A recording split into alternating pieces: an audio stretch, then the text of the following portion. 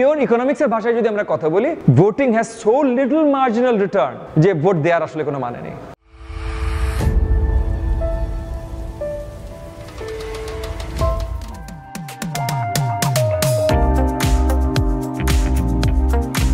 বিশ লাখের বেশি ফেক ভোটার রেজিস্টার্ড ছিল, যে বিশাল ব্যাপার।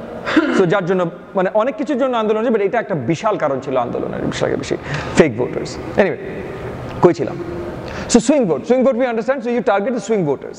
পাবলিক অনেক সময় যেটা হয় যে যত তোমার ম্যাচিওর ডেমোক্রেসি, অ্যাটলিস্ট এটা স্ট্যাটিস্টিক্যালি আমরা দেখেছি, যত ম্যাচিওর ডেমোক্রেসি তত আমাদের ইন্টারেস্ট ইন ভোটিং নেমে যায়, পাবলিকের ইন্টারেস্ট ইন ভোটিং নেমে যায়। ইউজুয়ালি আমরা দেখছি পাবলিকের ইন্টারেস্ট ইন ভোট দেবার ইন্টারেস্ট বাড়ে যখন কোনো একটা ঝামেলার সম্মুখীন হয় দেশ বা জাতি, তখন সেটি ইকোনমিক ঝামেলা হোক, এই যে যেমন মনে করি এখন ওয়েস্টার্ন ইউরোপে তোমার ইমিগ্রেন্টস নিয়ে ঝামেলা এটা বানানো হচ্ছে, এই ঝামেলাগুলো যখন বাড়ে তখন ভোট দেবার প্রবণতা বাড়ে।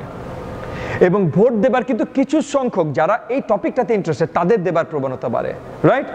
সো মনে করো এখন এই যে মাত্রই যে লাস্ট ট্রাম্পের ইলেকশনের কথা বলছিলাম, রাইট? ট্রাম্প একটা বড় ম্যাসকে অ্যারাউজ করতে সক্ষম হয়েছিল যে ইমিগ্রেশন অ্যান্ড হোয়াট নট আর বিগ ইস্যুস।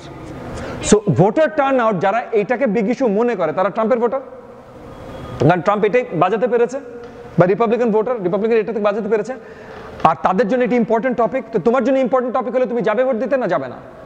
যাবে, রাইট? আর তুমি ডেমোক্র্যাট, তোমার জন্য তেমন কোনো ইম্পর্টেন্ট টপিক এই মুহূর্তে নেই, তুমি যাবে ভোট দিতে।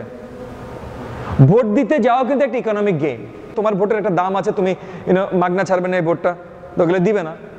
তো এই যে তুমি যে কষ্ট করে যাবে, যে দেবে, এটার জন্য you want some marginal return.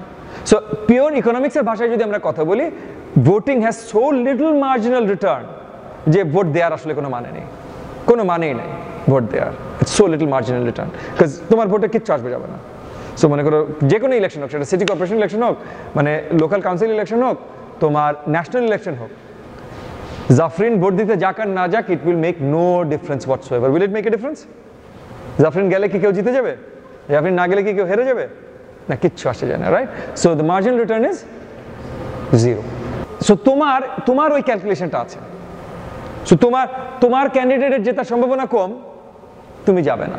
তোমার টপিকটা মানে তুমি যেই কারণে ভোট দিতেছো সেই কারণটা আসলে এখন অতটা স্ট্রং না।